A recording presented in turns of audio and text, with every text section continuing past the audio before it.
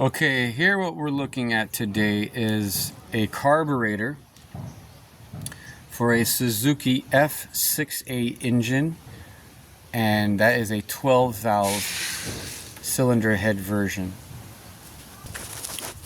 Same as when I'm working on this project here in front of me. It's a carbureted engine.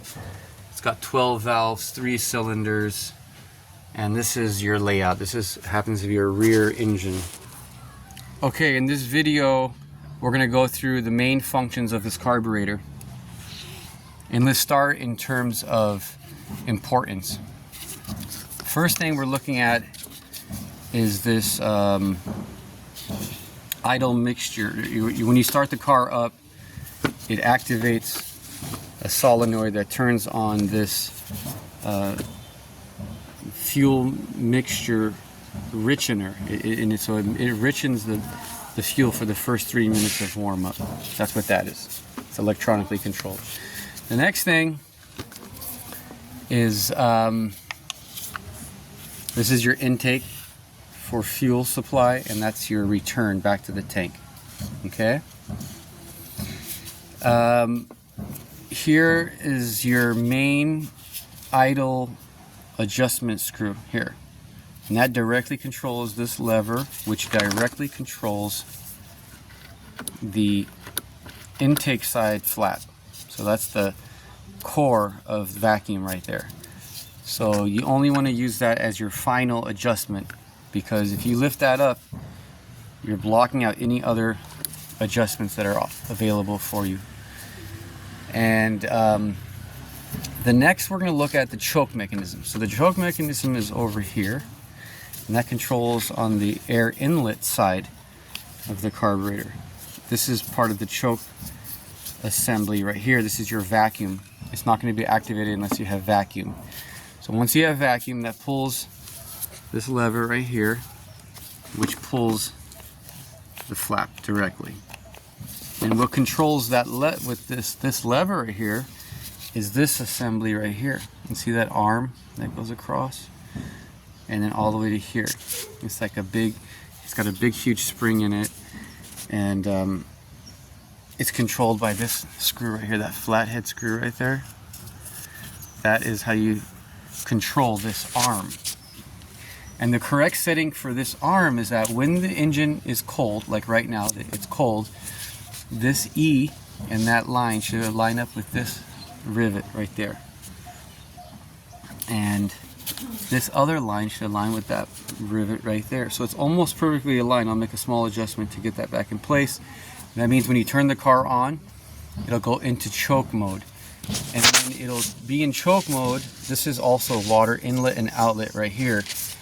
And that's what warms up this switch in there.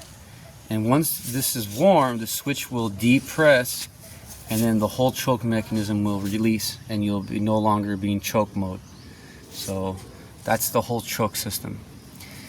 Okay, so the next important part is going to be this screw right here. Now this one can stump you. If this is off, the whole carburetor will not work, and you'll not have you know why.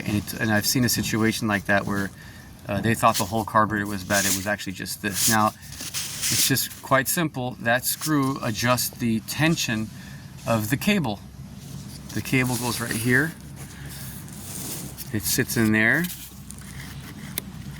And that adjusts the tension of your cable.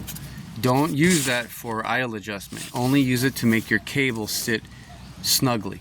Not tight or not loose. Okay, the next adjustment screw is going to be this one right here, and that it controls your vacuum actuated diaphragm right here. So it only goes one way, which is down. So when the car is normally on and there's sufficient vacuum pressure, this will be actuated, and it'll be pulled away from the adjusting screw.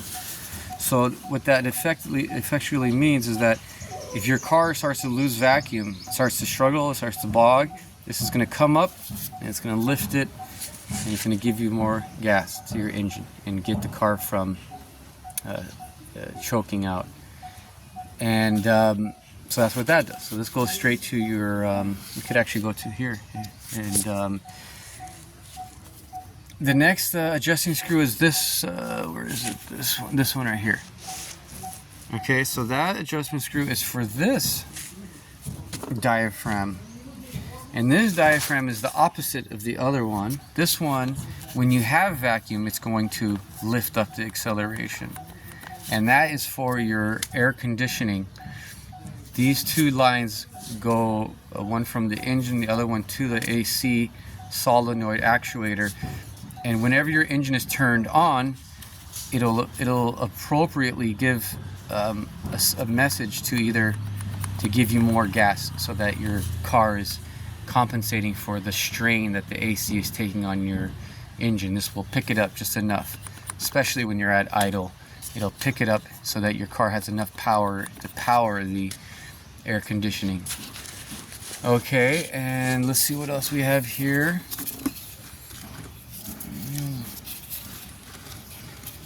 I think we pretty much covered the main functions. Of course, you have these vacuum lines, a whole bunch of them. These are all for the same purpose. They all suck. So if you're not using them, make sure they're blocked off. If you don't know, just block them. One of them for sure goes to the distributor advance. That's super important. You must have that one hooked up. And then the other ones, just if you want to go through the proper, because each car is different. So I'm just going to say, refer to the videos online that say vacuum organization or vacuum routing for the F6A engine, and you'll find a few videos on that. Okay guys, good luck. Cheers.